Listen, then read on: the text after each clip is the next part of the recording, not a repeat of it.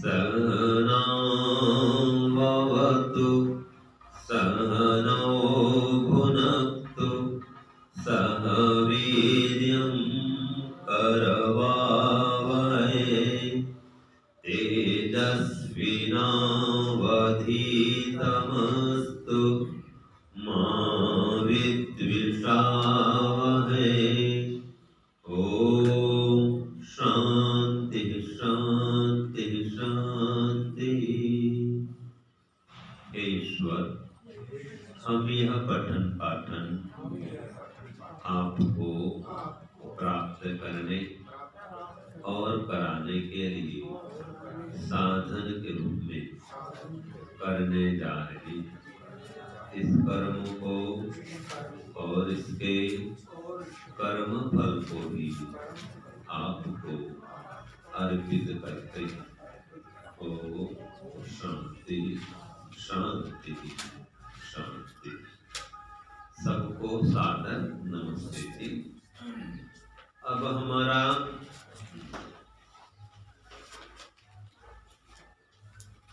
ज्ञान, कर्म और उपासना, इसका जो पाठ हम शुरू किए थे वो आगे बढ़ेगा। कल हम क्या पढ़े थे? ज्ञान के प्रकार, ज्ञान के क्षेत्र और ज्ञान प्राप्ति के 3 प्रकार। जैसे कि ज्ञान प्राप्ति के 3 प्रकार कौन? शाब्दिक, अनुमानिक और प्रात्यक्षिक। माने शब्द को सुनकर के भी ज्ञान मिलता है, अनुमान से भी ज्ञान मिलता है और प्रत्यक्ष करके भी ज्ञान मिलता है। ये ज्ञान प्राप्ति के 3 प्रकार, 3 उपाय कह लो। और 3 क्षेत्र के विषय में हमें ज्ञान होता है। ज्ञान के क्षेत्र कितने हैं? कुल 3 ही है। बस संक्षेप में कहें तो 3 है। इसकी व्याख्या करते रहो आप। 3 क्षेत्र में सब कुछ, सारे विषय आ गए, सब कुछ आ गया। ठीक है। तो 3 क्षेत्र कौन कौन से? ईश्वर, जीव और प्रकृति। ये प्रकृति में सब कुछ आ गया। एक शब्द है प्रकृति। सूरज भी, चंद्र भी, धरती भी, आकाश भी, हवा भी, पानी भी, एक गैस है, धातु भी, ये वो सारे कुछ, पेड़ पौधे, पशु पक्षी, जो भी जड़ पदार्थ है। तो पशु पक्षी का शरीर विज्ञान पढ़ते हैं ना, तो ये सब शरीर भी, जितने भी पदार्थ हैं जो अचेतन पदार्थ हैं। शरीर क्या है? अचेतन है कि चेतन है? शरीर हाँ, अचेतन है कि चेतन है? शरीर अचेतन है। अचेतन है ना जी। जड़ को, अचेतन को, तो इसका भी ज्ञान प्राप्त करते हैं। ये सब प्रकृति का ज्ञान है।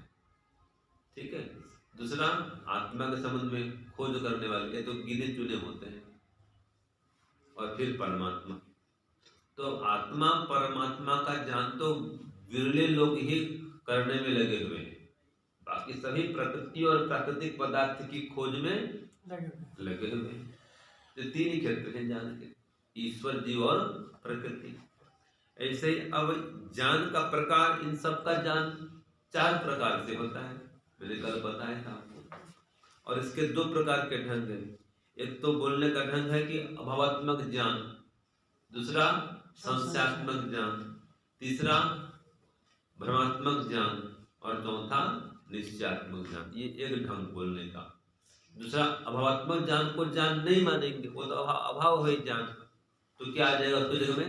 शाब्दिक ज्ञान एक और आ जाएगा। ठीक है ना जी। तो शाब्दिक ज्ञान और संशयात्मक ज्ञान और भ्रमात्मक ज्ञान और निश्चयात्मक ज्ञान। ठीक है। निर्णयात्मक ज्ञान, यथार्थ ज्ञान, सत्य ज्ञान, ये ज्ञान के प्रकार। और ज्ञान किसे कहते हैं? कि जिससे ईश्वर से लेकर पृथ्वी तक के पदार्थों का सत्य विज्ञान हो करके, माने उनकी सही सही जानकारी हो करके, फिर आप उनसे उपकार लेते हैं। ठीक है जी, तो ये ज्ञान है। ज्ञान हुआ तो उनसे उपकार लेंगे। और मैंने कल कहा था आपको, ज्ञान और विद्या में क्या अंतर है, कोई बता पाएगा? कल ही पढ़ाया था आपको, ज्ञान और विद्या में क्या अंतर है? ज्ञान का विद्या केवल ज्ञान तो जानना, लेकिन और विद्या का आचरण, जो हम आचरण में आचरण हो जाता। हाँ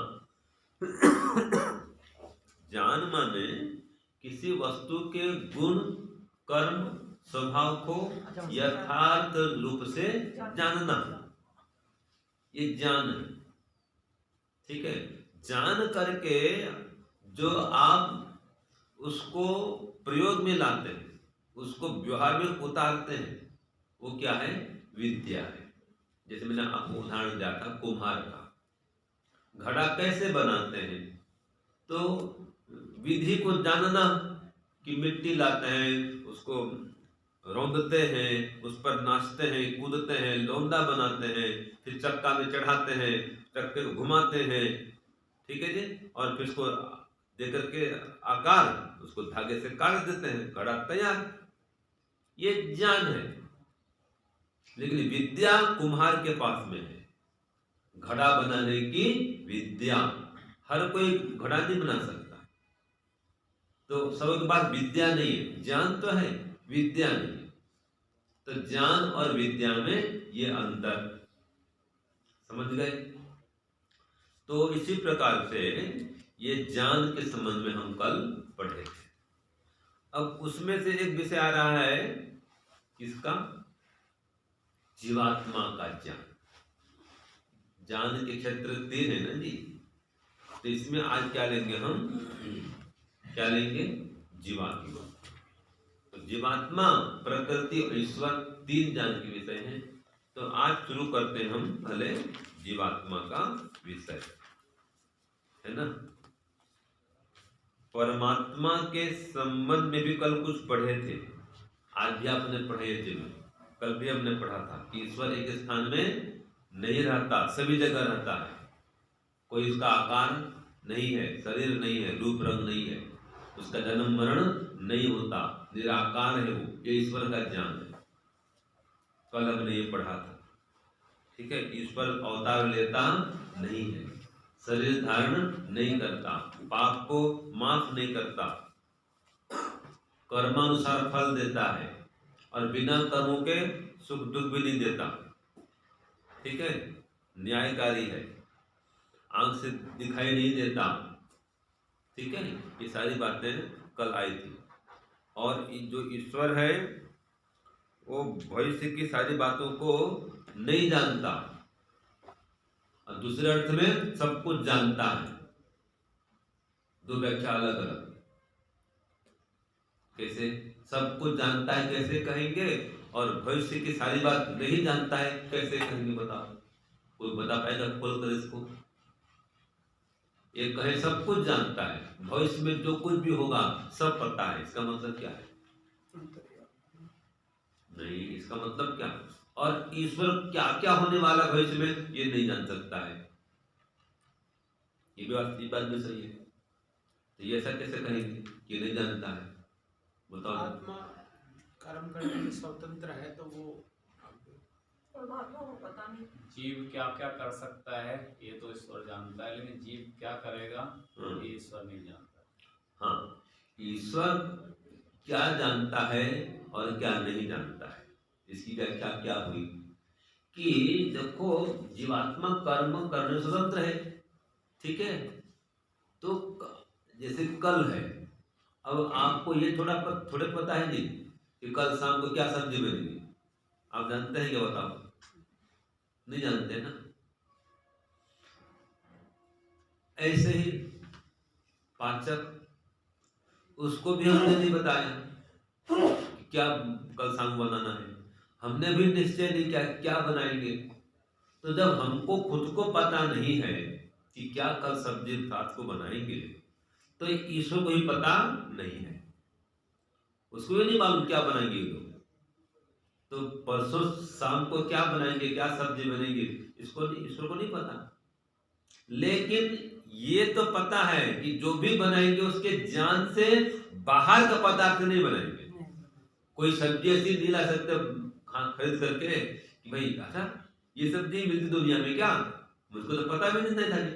ऐसा कभी ईश्वर को नहीं होगा। जो भी सब्जी बनाएंगे उसको पहले से ईश्वर जानता है। जो कुछ भी होगा उसको पहले से जानता है। ऐसा हो सकता है, ऐसा भी हो सकता है, ऐसा भी होता है, ऐसा भी हो सकता है। इनमें से कुछ भी होगा, बस क्या करेगा वो नहीं जानता। मान लीजिए 1 लाख काम है, 1 लाख काम में से कोई ना कोई एक काम जीवात्मा करेगा, ये सब पता है ईश्वर को। लेकिन उस 1 लाख में से क्या करेगा ये जब सोचेगा, योजना बनाएगा तो जानेगा। इसलिए कहा जाता है ईश्वर सब कुछ जानता है। ये गाना भी ठीक है, जो कुछ होगा पहले से पता है उसको, तो सब कुछ जानता है। ठीक है। दूसरा, ईश्वर को नहीं पता है क्या होगा, इसका मतलब हम इनमें से क्या करेंगे ये कहाँ जानेगा ईश्वर? जब सोचेंगे तो जानेगा ना भाई। 1 लाख या 1 करोड़ जितने भी कर्म हैं उनमें से क्या करेंगे, जब सोचेंगे तय करेंगे तो झट जान लेगा। और नहीं सोचे हैं तो ये कर्म करेगा ये नहीं पता उसको। ये तो जानता है कि इनमें से कुछ तो कुछ करेगा, क्या करेगा। ठीक है जी। अब किचन में मान लीजिए रसोई में फूल गोभी भी है, पत्ता गोभी भी है, परवल भी है, आलू है, टमाटर है, बैगन है, जो हम ला के दिए पास में है। तो अब हमको ये तो पता है ना कि इनमें से कोई सब्जी बनाएगा ये जो है किचन में।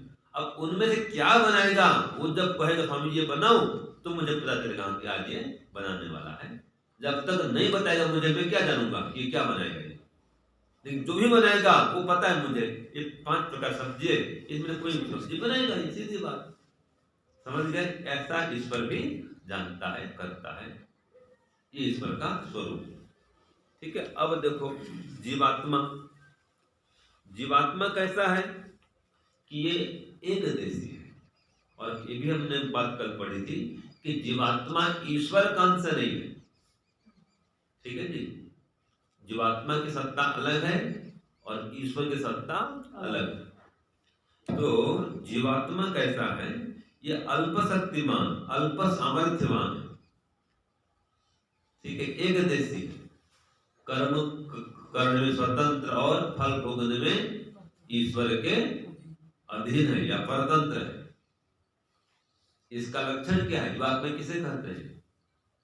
जीवात्मा किसे कहते हैं? तो उत्तर क्या आएगा?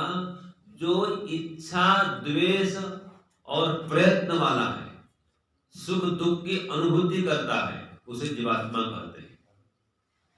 जीवात्मा किसे कहते हैं?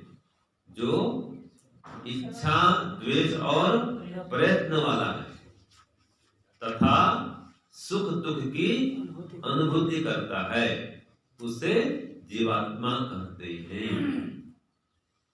और प्रकृति किसे कहते हैं? इसे उल्टा कर दो, जो इच्छा द्वेष प्रयत्न वाली नहीं है, जिसको सुख दुख की अनुभूति नहीं होती, उसे प्रकृति कहते हैं। बस इसी परिभाषा को पलट दो, बदल दो, उलट दो, हो गई प्रकृति। ठीक है। तो प्रकृति एक जड़ पदार्थ है और परमात्मा और जीवात्मा ये दोनों चेतन पदार्थ है। बस ये जागृत 3 क्षेत्र, इन तीनों में से 2 चेतन है और एक जड़ है। ठीक है जी। तो जीवात्मा ऐसा है। कैसा है? एक श्लोक है, मंत्र में कहा जीवात्मा कैसा है। जीवात्मा का स्वरूप क्या है, और इसमें तीनों की चर्चा है। जो ज्ञान के 3 क्षेत्र है ना, इन तीनों की चर्चा है। तो उसका मंत्र क्या है? द्वा सुपर्णा सयुजा सखाया। बोलो, द्वा सुपर्णा सयुजा सखाया समानं वृक्षं परिषस्वजाते समानं वृक्षं परिषस्वजाते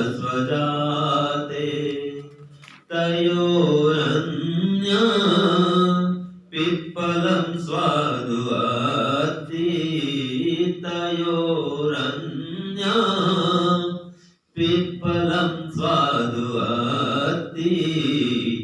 अनश्नन् अन्यो अभिचाकशीति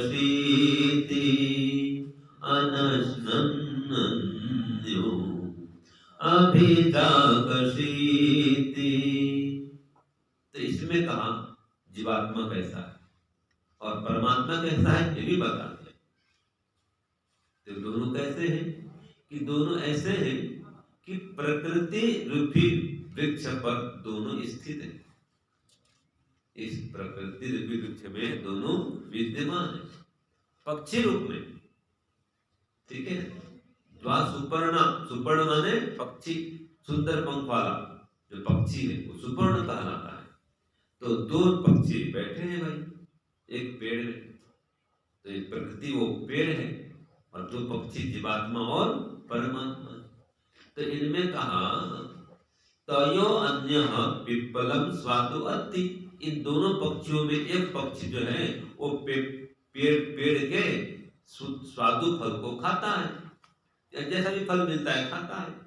मान लीजिए पीपल का पेड़ है तो पिप्पलम स्वादु अत्ति, पीपल के फल को खाता है। उदाहरण का दिया है, कोई भी फल खाएगा उसको। तो प्रकृति रूपी पेड़ में दो फल मिलते हैं। कितने फल मिलते हैं? दो। कौन कौन से? सुख और दुख। दो फल कौन से हैं? सुख और दुख। या तो सुख का भोग करेगा या दुख का भोग करेगा। ये जीवात्मा है, ये जीवात्मा का स्वरूप है। ये सुख दुख की अनुभूति करता है या सुख दुख का भोग करता है। लेकिन परमात्मा कैसा है? अनस्नन अन्यो अभिचाकशीति। अन्य जो है और एक पक्षी अनस्नन न खाता हुआ चुपचाप देखते रहता है। अभिचाकशीति देख रहा है चुपचाप दृष्टा भाव से, एक भोक्ता रूप में एक दृष्टा रूप में। आपने शब्द सुना है अनशन, सुना कभी आपने? नहीं सुना? ये जैसा लोग करते हैं आमरण अनशन, अन्ना हजारे उन्होंने किया था ना रामलीला मैदान में, अनशन किया था ना जी, वही तो अनशन, खाना पीना बंद, अनशन। तो ये परमात्मा भी अनशन वाला है, कभी खाना पीना नहीं करता वो, मैंने कोई सुख दुख का भोग नहीं करता, बस बिना भोग के देख रहा है कौन क्या कर रहा है बस। तो परमात्मा ऐसा है दृष्टा और जीवात्मा भोगता है, सुख दुख की अनुभूति करता है, इच्छा द्वेष प्रयत्न वाला है। लेकिन अब देखिए जीवात्मा में कोई रंग रूप आकार भार नहीं है। इसका स्वरूप कैसा है कि इसका कोई रूप रंग आकार भार नहीं है, निराकार है। और परमात्मा भी ऐसा ही, उसका भी कोई रूप रंग आकार प्रकार भार नहीं है, वो निराकार है। ठीक है जी, ये बात हो गई। अब देखो ये रंग रूप आकार भार क्यों नहीं है जीवात्मा में? क्योंकि वो कोई भौतिक पदार्थ नहीं है। जो पांच महाभूतों से बना कोई पदार्थ हो उसका तो रंग रूप होता है, लकड़ी है, लोहा है, स्टील है, सोना चांदी, इन सब के आकार प्रकार पाएंगे आप, रंग रूप आकार भार होगा। लेकिन जो जीवात्मा है वो तो भौतिक पदार्थ नहीं है ना जी, इसलिए उसकी कोई लंबाई चौड़ाई ऊंचाई मोटाई या कोई रूप रंग भार आकार नहीं। परमात्मा भी ऐसा ही है। ठीक है, तो अब प्रश्न ये होता है कि जीवात्माएं कितनी है, संख्या कितनी जीवात्मा की? तो जीवात्मा की संख्या हमारे लिए तो असंख्य है भाई, हम लोग गिनते नहीं कर सकते। देखो ना सामने जो खेत है, ये खेत के हर पौधे के जड़ में एक जीवात्मा है। ये बारिश में जहां देखो घास घास घास घास, ये सभी घासों में उनके मूल में हर जड़ में एक जीवात्मा है। गेहूं मक्का और धान चावल खेती होती है, तो ये खेत में सब जीवात्मा ही उग रहे हैं। ये पेड़ पौधे जंगल में पेड़ पेड़ पेड़ पेड़, ये सभी पेड़ पौधे क्या है? जीवात्मा है। क्या गिनती करेंगे जी आप? चींटी कितने, एक बिल खोदो चींटियां चींटियां चींटियां चींटियां, देखा आपने बारिश में वो कोई एक बिल से दूसरे बिल में ट्रांसफर करते हैं, अंडे को लेते हैं या कोई अनाज देते हैं, तो 3 दिन 4 दिन वो उनका चक्कर चलते रहता है, लगातार है, दिन रात वो चलते हैं, वहां से वहां जाएंगे, कोई आएगा जाएगा आएगा, लगातार चलते रहते हैं। कितनी चिट्ठियां हैं भाई, ऐसे पूरे ब्रह्मांड में कितनी चिट्ठियां होंगी, है कि नहीं? तो सब पशु पक्षी मिलाओ कितने हैं, ये जीव जंतु, मनुष्य तो चलो गिनती कर लेते हैं मनुष्यों की, ये सभी जीव जंतु जंगल में कितने हैं पता नहीं, संख्या कौन जानता है चिड़िया आदि की, कितनी चिड़िया बैठी है। तो ये हमारे लिए असंख्य, लेकिन परमात्मा इनकी संख्या को जानता है, उनके लिए सीमित है, हमारे लिए असीमित है। और देखो, चाहे चींटी के अंदर आत्मा हो, चाहे हाथी के अंदर हो, आत्मा का स्वरूप वही है। कैसा है आत्मा? अणुस्वरूप है, एक देशी अणुस्वरूप। हाथी के अंदर जाएगा तो भी वही अणुस्वरूप है, हमारे अंदर भी वही अणुस्वरूप है। ऐसा नहीं कि हाथी पास गया तो आत्मा बढ़ जाएगा और चींटी में आए तो आत्मा सिकुड़ जाएगा, ऐसा नहीं है। उसका स्वरूप वही है, अणुस्वरूप है, और वो कोई स्थान घेरता नहीं है। जीवात्मा स्थान घेरता नहीं है। एक सुई की नोक में, हाँ जी, सुई की नोक में ब्रह्मांड भर की आत्माएं आ सकती है या समा सकती है, ये जीवात्मा का स्वरूप है। हम सब जीवात्मा है, इसलिए तो आप कितना इसको देखने का, मापने का है, इसको रोकने का, बांधने का, पकड़ने का कितना प्रयत्न करो, इसमें सफल नहीं हो सकते। ये सुनने में आता है कि कोई वैज्ञानिक थे, ये पुस्तक आती है 501 आश्चर्यजनक तथ्य। वो क्या लिखते हैं कि जीवात्मा का भार 21 ग्राम का है। बताओ, 21 ग्राम का। अब कहा 21 ग्राम का है, तो अगर इसको उन्होंने ये क्या, चलो कैसे 21 ग्राम निकाले कि मरते हुए व्यक्ति को एक बक्से में बंद कर दिए और तराजू में तोला गया, उस व्यक्ति को वजन कितना है, जब मरने वाला था वजन करके एक बॉक्स में भर दिए, जब मर गया फिर वजन किए तो 21 ग्राम कम निकला। कितना निकला? कम, 21 ग्राम कम निकला। तो उन्होंने क्या सोचा था कि 21 ग्राम ही आत्मा का भार है, आत्मा निकलने पर 21 ग्राम कम हो गया। लेकिन ये कोई बुद्धिमत्ता नहीं, 21 ग्राम में तो कितनी चींटियां समा जाएगी, है कि नहीं? बताओ, तो कोई आत्मा का भार थोड़े नहीं। तो आत्मा का कैसा कोई भार होता नहीं है, न आकार होता है। तो आकार भार से, रूप रंग से रहित जीवात्मा निराकार। तो यह जो जीवात्मा है, इसके संबंध में कुछ बातें हम करते हैं कि एक सत्मात्मक पदार्थ है। अच्छा बताओ, हाँ जी बहन जी बताओ, जीवात्मा कोई वस्तु है क्या? नहीं है। आप बताओ माता जी, बहन जी, है? नहीं है, जीवात्मा कोई वस्तु नहीं है। वस्तु है। अच्छा, आप बोलते वस्तु है। और बताओ जी आप लोग, जीवात्मा कोई वस्तु है? हाँ जी, है? हाँ जी, पदार्थ है। वही तो पूछ रहा हूँ, पदार्थ है क्या जीवात्मा? है। आप अभी तो नहीं बोल रहे थे। ध्यान आ गया, सुना है मैंने, वस्तु, ध्यान आ गया, जीवात्मा वस्तु है। स्वामी जी का सुना, आपका तो कैसी वस्तु जीवात्मा? अभौतिक। हाँ, अभौतिक चेतन वस्तु है, निराकार वस्तु है। ये भौतिक वस्तु नहीं है, भौतिक पदार्थ नहीं है, अभौतिक पदार्थ है, वो चेतन पदार्थ है, निराकार पदार्थ है। ठीक है ना जी? असत्तावान है। क्यों? क्यों पदार्थ है? गुण है, जीवात्मा में कुछ गुण है। जिसके पास कोई गुण होता है ना, कोई पदार्थ कहलाता है। आज खीर खाए आप लोग, खीर में कुछ गुण है कि नहीं? है। क्या गुण है? मीठा गुण है, वो पदार्थ है। ठीक है, कोई वस्तु देखो, कोई रूप है, रूप एक गुण है तो पदार्थ है। उसका भार है, भार एक गुण है तो पदार्थ है। जिसके अंदर कोई रूप है, रंग है, आकार है, बाहर है, वो पदार्थ है जी। ये सब गुण है ये सब।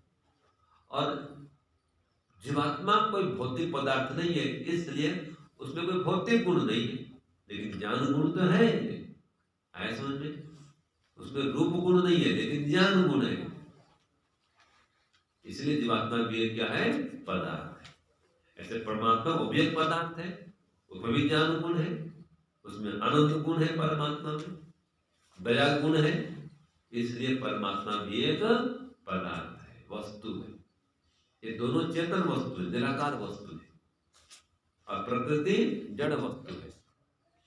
प्रकृति जड़ वस्तु है और जीवात्मा परमात्मा दोनों चेतन वस्तु है। ये अंतर है। तो जीवात्मा कर्म करने में स्वतंत्र है और फल भोगने में ईश्वर के अधीन है। तो अब ये समझो जीवात्मा का स्वरूप क्या है, कितने काल तक रहने वाला है, कोई सीमा है क्या इसकी? तो ये अनादि काल से अनंत काल तक रहने वाला है। इसका स्वरूप अणुस्वरूप है। कैसा है? अणुस्वरूप। परिमाण भी कहते हैं, अणु प्रमाण वाला है। और ये शरीर में कहाँ रहता है? हृदय में रहता है। यह आता है वेद मंत्र से कहा है, हृदय प्रतिष्ठम यदजिरम। जो मन है ना, जैसे हृदय में रहता है, वैसे आत्मा भी हृदय में रहता है। दोनों हृदयवासी है। ठीक है। तो इसका कोई लिंग नहीं होता है। जीवात्मा का कोई लिंग है क्या? स्त्री पुरुष, ये धर्म किसका है? शरीर। ये माता बेटी है, ये आत्मा स्त्री माता है क्या? आप पुरुष बैठे हैं, आप पुरुष आत्मा है क्या? तो स्त्री पुरुष का धर्म किसका है? ये शरीर का धर्म। आत्मा तो जो इनकी है, आपकी, हम सबकी आत्मा बराबर, वही आत्मा पशु पक्षी में है। तो आत्मा में कोई अंतर नहीं है। अंतर किस में है? शरीर में है। तो स्त्री होना, पुरुष होना, मोटा होना, पतला होना, गोरा होना, काला होना, ये सब शरीर का धर्म है। ठीक है जी। तो ये शरीर अलग है, आत्मा अलग है। जन्म किसका होता है? आत्मा का या शरीर का? शरीर का। तो ये जन्म और मरण शरीर का होता है, आत्मा का जन्म और मरण नहीं होता। ठीक है। तो ये सभी असंख्य आत्माएं संसार में व्याप्त है, फैली हुई है। कोई जल में, कोई थल में, कोई आकाश में उड़ने वाला। ठीक है। अब इस जीवात्मा के या इन सभी जीवात्माओं के, हर जीवात्मा के पास में 3-3 शरीर होते हैं। 3 शरीर। हाँ, आप देखते हैं ये हम तो शरीर एक वाले हैं, एक शरीर वाले ऐसा मानते हैं, लेकिन 3 शरीर जीवात्मा का। कोई जानता है तो बताओ। हाँ बोलो। ये पहले स्थूल शरीर, फिर सूक्ष्म शरीर, फिर कारण शरीर। ये 3 प्रकार के शरीर होते हैं जीवात्मा के। समझ गए? तो ये स्थूल शरीर कौन सा है? ये शरीर। जो सूक्ष्म है वो क्या है? 5 ज्ञानेंद्रियां, 5 कर्मेंद्रियां, 5 तन्मात्राएं, मन, बुद्धि और अहंकार, 18 हो गए। इन तत्वों का शरीर जो है वो सूक्ष्म शरीर है, जो कि इस स्थूल शरीर के मरने के बाद भी जीवात्मा के साथ में देहांतर में, जन्म जन्मांतर में गमन करते रहता है। ठीक है। तो ये जीवात्मा का स्वरूप। प्रलय में भी रहता है जी। प्रलय काल में जीवात्मा रहता है, और जो सूक्ष्म शरीर है वो नहीं रहता। सुबह बता रहे थे वो रहता है 18। सूक्ष्म शरीर मर जाता, खत्म हो जाएगा, प्रलय काल में विलीन हो जाएगा। वो बोले थे सृष्टि के उसमें जब मोक्ष आते हैं तब मिलता है, और जब वापस मोक्ष जन्म लेते रहोगे उस समय, सुबह जो बता रहे थे वो, जब तक आपका जन्म होगा, मोक्ष आए तो मोक्ष आने पर मिलेगा, मोक्ष में जाने तक मिलता रहेगा। और प्रकृति में जब लीन हो जाएगा, संसार खत्म, ये सारे पदार्थ टूट फूट के प्रकृति में लीन हो जाएंगे, प्रलय काल तब भी नहीं रहेगा। प्रलय काल में नहीं रहेगा और मोक्ष काल में नहीं रहेगा। ठीक है जी। तो जीवात्मा के पास 3 शरीर, स्थूल शरीर, सूक्ष्म शरीर और तीसरा कारण शरीर वो प्रकृति, वो अविनाशी है। तो तीन शरीर में ये जो तीसरा शरीर है प्रकृति, ये सबका शरीर बराबर है, एक समान, कोई अंतर नहीं। जो सूक्ष्म शरीर है इसमें कुछ समानता भी है, कुछ असमानता भी है। हाँ जी, सभी योनियों में रहता है सूक्ष्म शरीर। हाँ सभी योनि में, चिट्ठी में हो चाहे किसी चीज, सभी योनि में तीन शरीर मिलेगा आपको, तीन शरीर सब में, तीनों शरीर मिलेगा। पेड़ पौधा हो कुछ भी हो। हाँ पेड़ पौधा में ये शरीर देख, स्थूल शरीर जो सूक्ष्म शरीर अंदर भरा पड़ा है, और सभी इंद्रियां गोलक एक्टिव नहीं है, प्राप्त नहीं है। पेड़ पास भी नेत्र इंद्रिय है लेकिन गोलक नहीं है, तो इंद्रिय एक्टिव नहीं है। नेत्र इंद्रिय, श्रोत्र इंद्रिय इसके पास भी है, पेड़ पास भी, लेकिन गोलक नहीं है उसका, वो इंद्रिय काम नहीं करती। ठीक है, सभी के पास भी इंद्रियां हैं, सभी इंद्रियां हैं, लेकिन गोलक के प्राप्त करने पर इंद्रियां काम करती है। सांप है, उसके पास भी हस्त इंद्रिय है, पाद इंद्रिय है, लेकिन गोलक नहीं है। जब हाथ पैर गोलक नहीं, किस में चलेगा वो? इसलिए पेट में चलता है, तो बोलते उसको पादोदर, उसका पेट ही पैर है। उदर माने पेट, उदर ही पेट है, हाँ पेट ही पैर है, उदर ही पैर है, तो बोलते पाद उदर, इसका पाद उदर ही है, उदर माने पेट। तो ये जीवात्मा का स्वरूप, इसके तीन शरीर हो गए। ठीक है, अब देखो आत्मा की कितनी अवस्थाएं होती है, कोई बता पाएगा? कितनी अवस्था होती है आत्मा की इस शरीर में? जागृत, स्वप्न, सुषुप्ति। और जीवात्मा की अवस्था चार, कितनी अवस्था होती है जीवात्मा की? चार अवस्था होती है। एक तो आप जानते हैं जागृत अवस्था, ठीक है, फिर जानते हैं सुषुप्ति, सोने की अवस्था, निद्रा अवस्था बोलते हैं उसको आप, और एक स्वप्न अवस्था, इसको सब जानते हैं। समाधि। और चौथी अवस्था है तुरीय अवस्था, जिसको समाधि कहते हैं आप, समाधि की अवस्था अथवा तुरीय अवस्था। ठीक है, ये चार प्रकार की अवस्था। समाधि अलग है, वो सोने से अलग है, निद्रा से अलग है, जागने से अलग है, स्वप्न से अलग है। तो चतुर्थ अवस्था है तुरीय अवस्था। जान भी है लेकिन आंख खोल के देख नहीं रहा है, मतलब कोई खांसरी काम नहीं कर रहा है। और कई तो आंख खोल के भी समझ लगा देंगे, लेकिन वो निर्लिप्त है, देखते हुए भी नहीं देख रहे।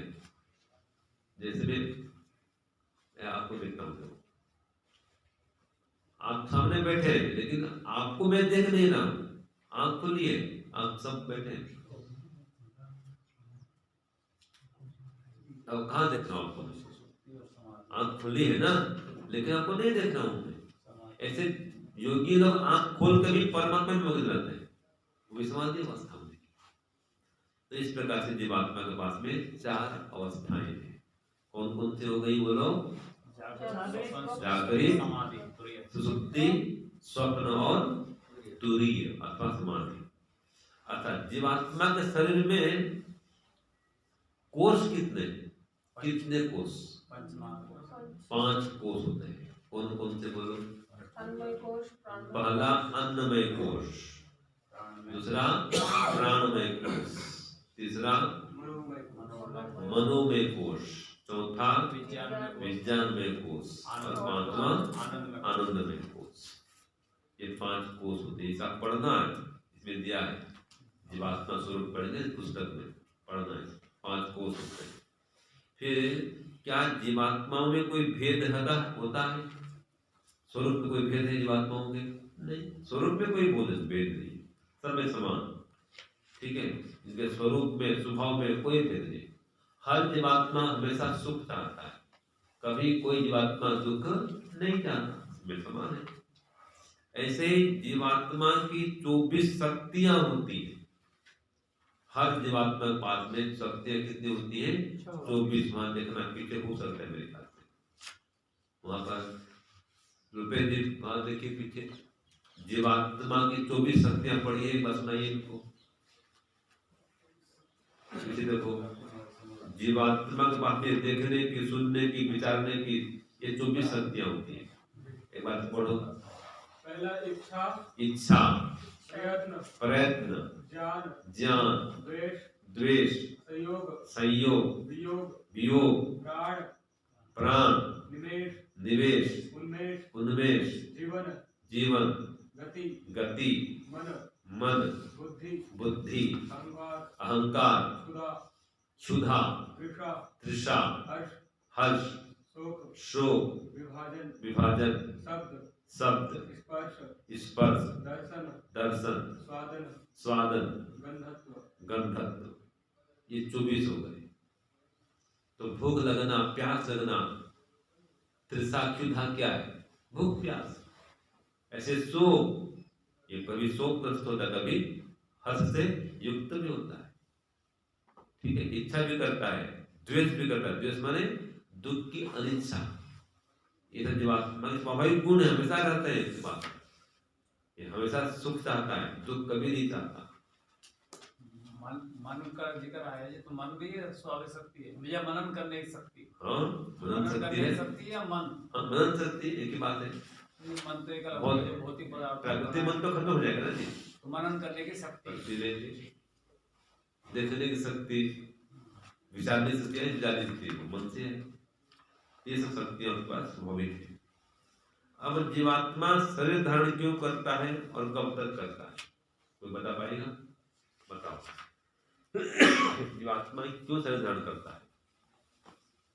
अपने कर्मों का, हाँ, कर्मों का फल भोगने के लिए। और हाँ, एक उत्तर हुआ। जब तक अविद्या रहती है तब तक शरीर धारण करता रहता है। कब तक का अर्थ हुआ? जब तक अविद्या ने कि प्राकृतिक पदार्थों में सुख दिखता हो, भौतिक पदार्थों में सुख दिखता हो, तब तक। और जब ये क्यों धारण करता है? अपने कर्मों का फल दी, कर्मों का फल भोगने के लिए और मोक्ष पाने के लिए। भोग और अपवर्ग दो उसके प्रयोजन है। कर्मों का फल भोगने के लिए और मोक्ष पाने के लिए शरीर धारण करता है।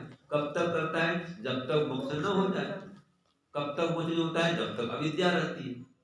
तो अविद्या को हटा करके चला गया मोक्ष में, शरीर खत्म।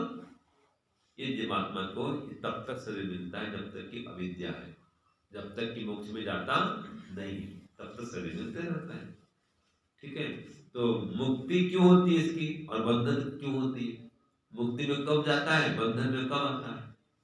तो जब तक अविद्या है तब तक बंधन में है। तो अविद्या के होने पर बंधन में आता है और अविद्या का नष्ट होने पर, तत्वज्ञान होने पर मोक्ष में आता है। समझ लगा दिया, तत्वज्ञान पाया, सभी क्लेश कर दिया, हो गया मोक्ष। मोक्ष का मतलब क्या समझते हैं आप? जन्म और मरण के बंधन से छूट जाना। यही मानव जीवन का लक्ष्य है। क्या लक्ष्य है? सभी दुख से छूटना या जन्म और मरण के चक्कर से छूटना। तो हम सब यही चाहते हैं, कभी कोई दुख न आए, सारी मन की इच्छाएं पूरी हो जाए, हमेशा सुखी रहूं। ये यहाँ पर संभव नहीं है। वो कहाँ संभव है? मोक्ष में। इसलिए मोक्ष में जाओ। ठीक है, मोक्ष में सब सुख है, 100% सुख है। यहाँ पर 100% सुख नहीं है। ये गांव में क्या होता है, बच्चे पढ़ते हैं, पढ़ते पढ़ते उसमें क्या इच्छा होती है? मैं फर्स्ट आ जाऊँ, मेरिट बोलते पढ़ जाओ, मेरिट पास हो जाओ। आजकल तो 99% लाते हैं। तो बढ़िया पास हो गया, क्या सोचता है? इच्छा क्या करता है? नौकरी मिल जाए। नौकरी मिल गई, फिर क्या इच्छा करता है? शादी हो जाए। नौकरी हो गई, छोकरी मिल जाए। और क्या सही, छोकरी बोलते हैं कुछ हरियाणा में, नौकरी भी छोकरी, और छोकरी आने के बाद फिर क्या चाहता है? संतान हो जाए। संतान भी हो गया, उसको पाल पोस के बड़ा करता है। फिर क्या चाहता है? बोलता है जाए, फिर जाता है और भी देखो पता और कहाँ दे, चल संसार से चल। यही करते संसार से चला जाता है। ये बेटे पोते चक्कर में संसार से विदा हो जाता है। ये जन्म जन्म में यही चल रहा है। हर जन्म में यही कहानी है, हर जन्म की यही कहानी है। शादी करो, ब्याह करो, बच्चे करो, पोते करो, संसार चले जाओ। पुण्य हुआ तो मनुष्य बनो, नहीं तो पशु पक्षी बनो। दोनों बातें हैं। जो रोज हवन ध्यान नहीं करेंगे, ठीक है, दान पुण्य नहीं करेंगे तो पाप तो बढ़ेगा।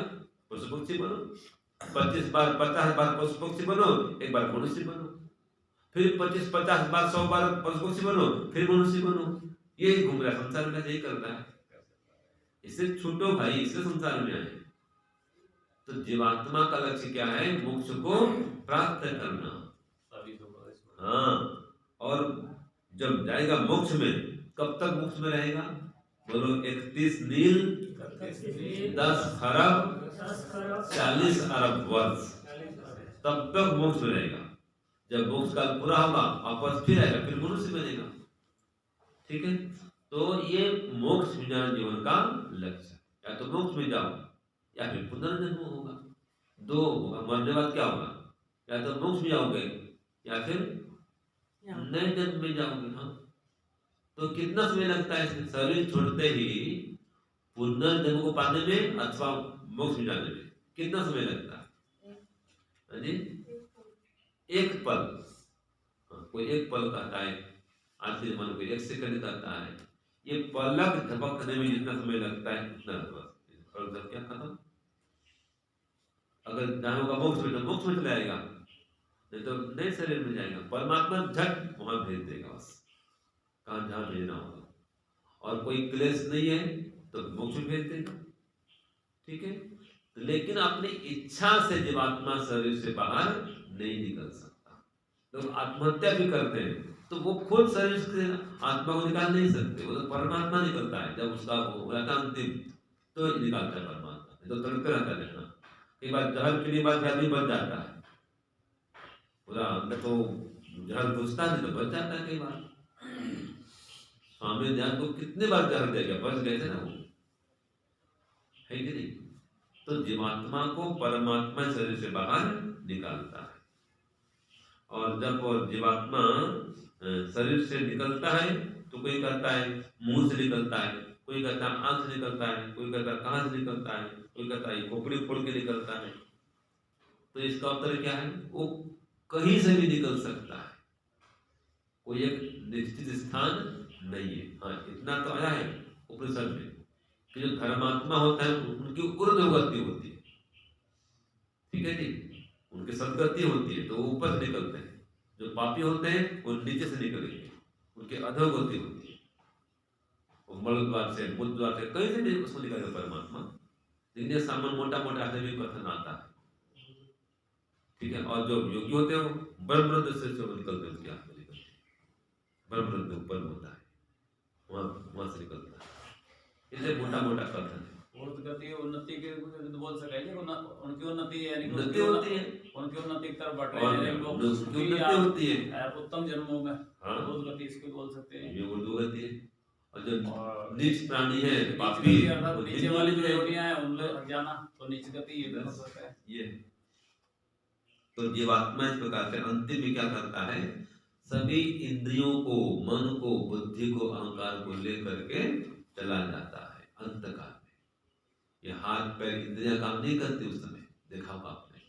जो असली वृत्ति होती है धीरे धीरे धीरे धीरे क्या होता है? चलना फिरना बंद होता है, व्यक्ति बेड रेस्ट हो जाता है, देखा आपने ना, सो जाता है।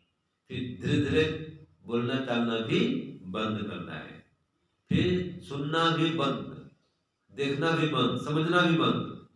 फिर उसका अंतिम काल होता है। सभी इंद्रियों को समझ रहा है, वो समेट रहा है जीवात्मा, फिर समेट करके निकल जाता है। वो तो बेहोश हो जाता है, फिर वो लेके कैसे जाएगा? तो ईश्वर उसके साथ में रखता हाँ, है। वही है, मोटा कथन है। अच्छा, परमात्मा ही करता है सभी काम, लेकिन वो बोलते हैं आत्मा सबको लेकर निकल गया, ये बोलेंगे तो परमात्मा निकालता है तो निकलता ही नहीं।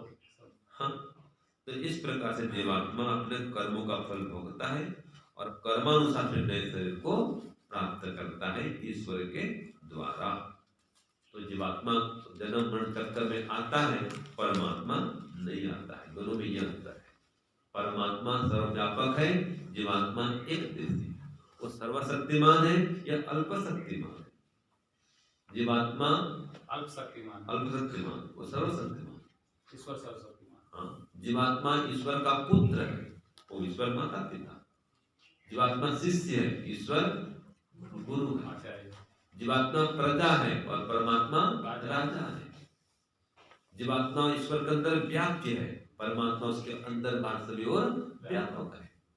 ये परमात्मा और जीवात्मा दोनों के संबंध को समझो। जीवात्मा उपासक है, परमात्मा उपास्य है। तो आज हमने जाना ये ज्ञान के प्रकार आदि के पश्चात जीवात्मा का स्वरूप। कल फिर पढ़ेंगे प्रकृति के विषय में।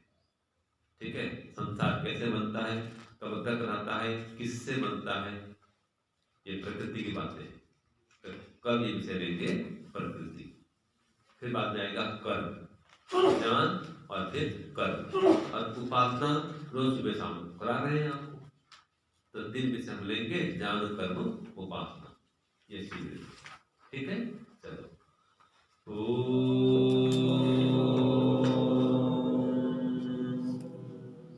शांति शांति शांति। सर्वेभ्यो